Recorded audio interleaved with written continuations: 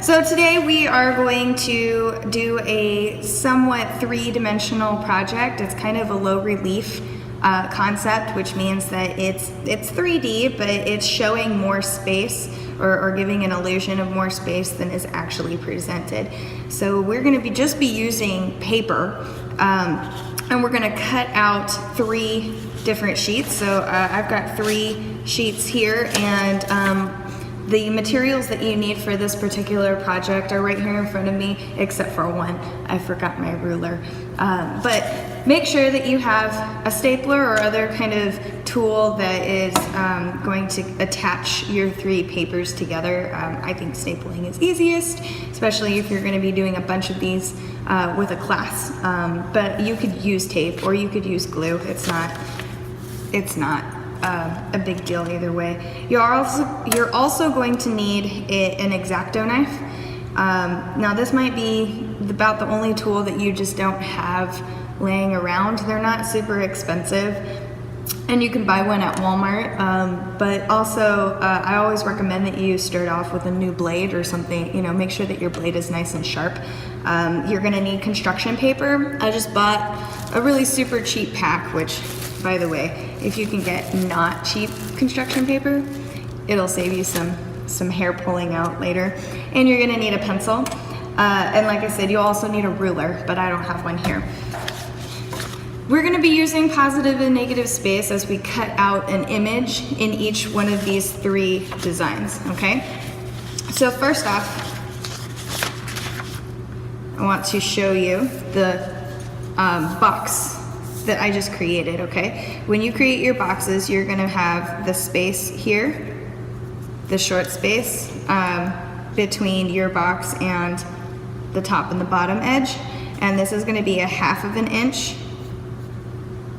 Is how I measured it out, 1/2 inch on either side. And then from here to the outside edge, it's going to be 2.5 inches. On the middle sheet, on the middle ground, this is going to be a full inch now, from top to bottom. And then from side to side, it's going to be 3 inches.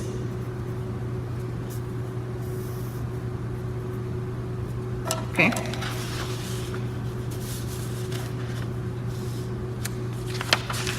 And then finally, on the smallest one on the background, we're gonna have, oh, did I do, sorry,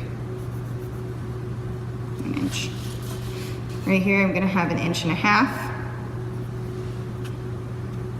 from top to bottom, and 3.5 inches from the side, okay? All right, so now it comes for the design. Okay, how are you going to create a scene or something that you might view through a window and consider the foreground, the middle ground, and the background? I have a scrap piece of paper here, and this scrap piece of paper is going to represent some concept sketches or thumbnail sketches, as I like to call them. Okay, so when I do this in a class, I have them draw out maybe about 6 boxes. Okay, so they divide the space and they use each one of these boxes to represent a different idea.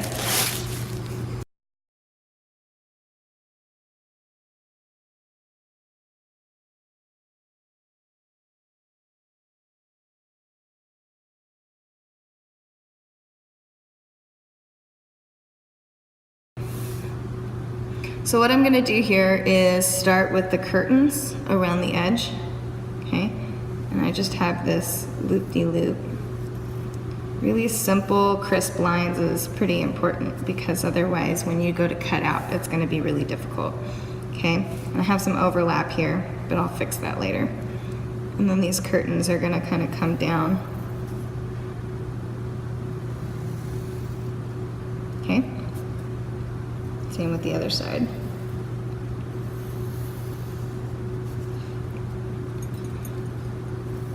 I'm going to put these little lines in here okay? And what I can do later is, or when I cut them out, I'm just gonna create whole shapes so that I can cut these out and still create that line.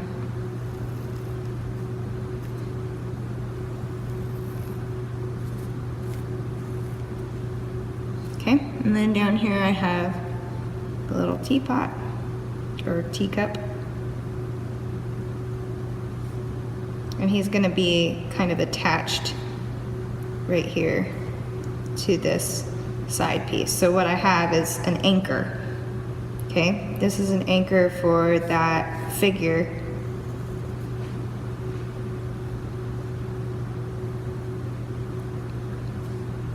So he's holding on to the edge of the page, okay? This space would be cut out, this space will be cut out. And then over here, his tea kettle mama.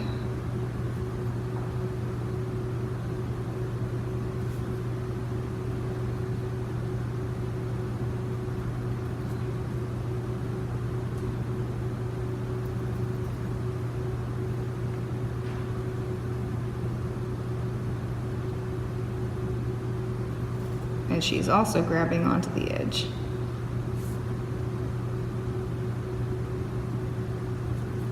This would be cut out, and then all this space is all cut out. Okay, so here's number one.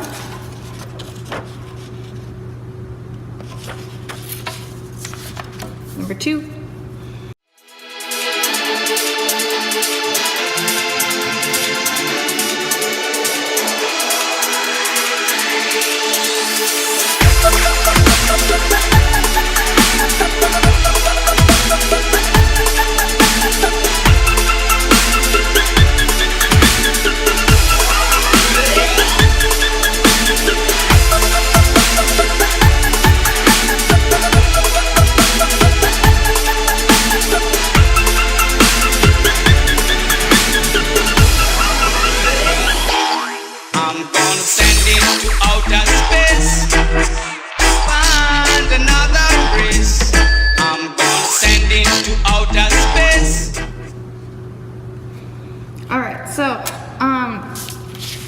When you're cutting, I'm gonna just get started on these, but I'm not gonna complete this one, okay? And that's just for time's sake. But what I wanna do is go over just for a second how to make sure you're cutting properly with your X-acto knife, and also be sure that you're instructing your students if you're allowing them to use the X-acto knives, so that they use them properly. The first problem that I usually encounter is that students or people who aren't familiar with an X-acto knife will turn the blade and tear their paper. So rather than holding your blade so that it's at any point turned from your page, make sure that you have it straight up and down, that blade appears to be just a single line, and then you're going to pull straight back, applying just enough pressure to cut through the page. Okay, so that's one clean cut. See?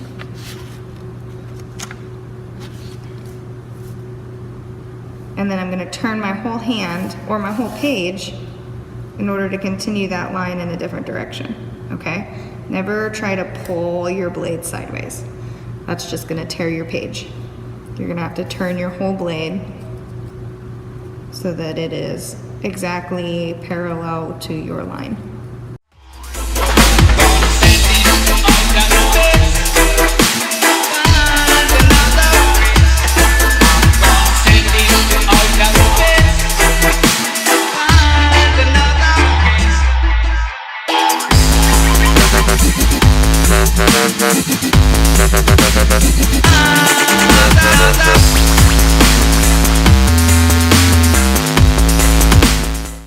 Now I can pop out this entire chunk. Like I said, I'm making sure that there's no little spots that are trying to hang on. And if there are, then go back and cut them clean so you don't end up with little fuzzy corners. Okay?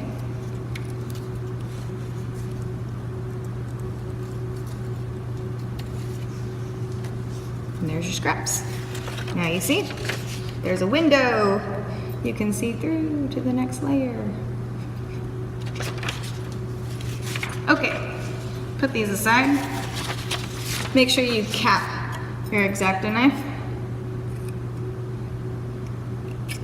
Pro tip, don't leave your X-Acto knife lying around without the cap on.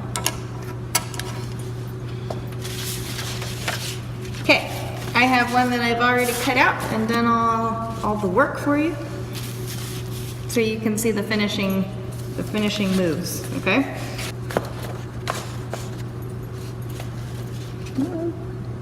Okay, now you could leave it like this, but what I think is more important is that you see the depth between each layer.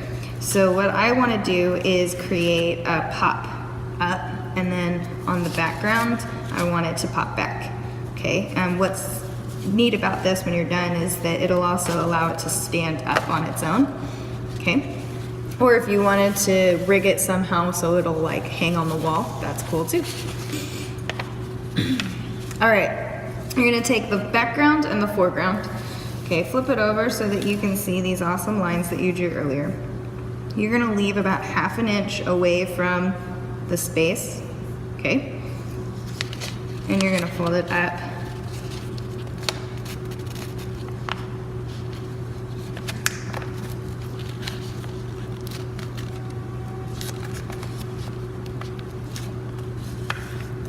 So you should be folding it up about 2 inches, and then you're going to fold it back on itself.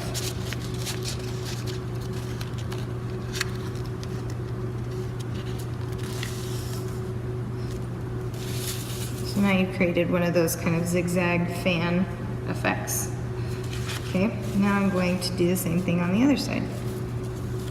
Make sure that your lines are all nice and crisp. Make sure everything's lined up. That way you have as few mishaps as possible. Leave about 1/2 inch.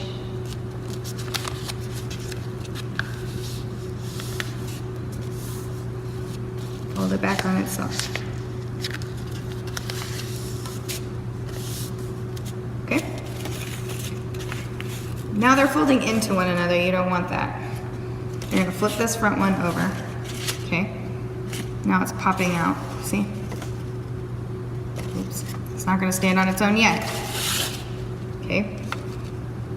But now it's going to look like this. So there's no pencil lines on the front. All your pencil lines are on the back side. Okay.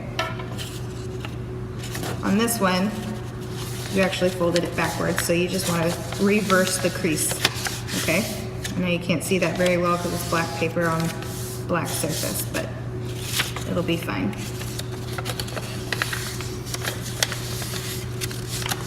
And now this one's gonna pop back. Okay? I'm gonna put these two together, like so. And then you're gonna slip your middle piece in between them. Check your pencil lines, make sure the pencil lines are all on the back, and that the foreground is nice and clean, or the front is nice and clean. Okay, put these together, line it up. Line it up where you want. You can have a second set of hands. Sometimes that really helps, but it is doable on your own, as I will prove here in just a second. Okay.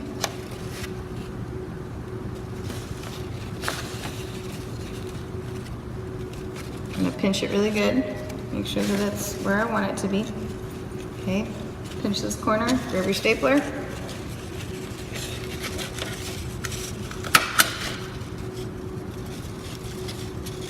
I would staple it at least twice, possibly 3 times.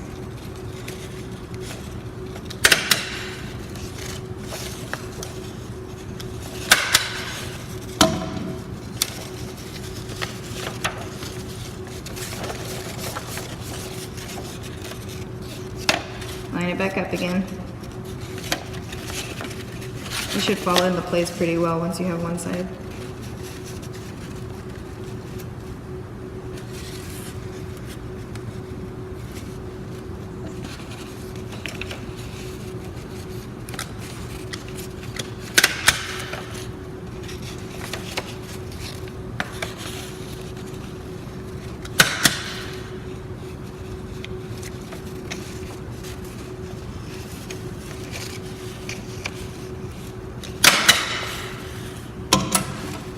Okay.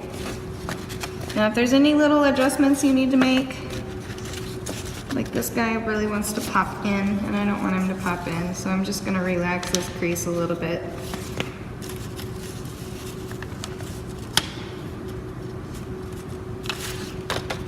Okay, see how that fixed it? Ta-da! All right, you can trim these down. You could create some sort of frame for it, or mount it on the wall, or just have it as a cool little piece that you stand up on your table.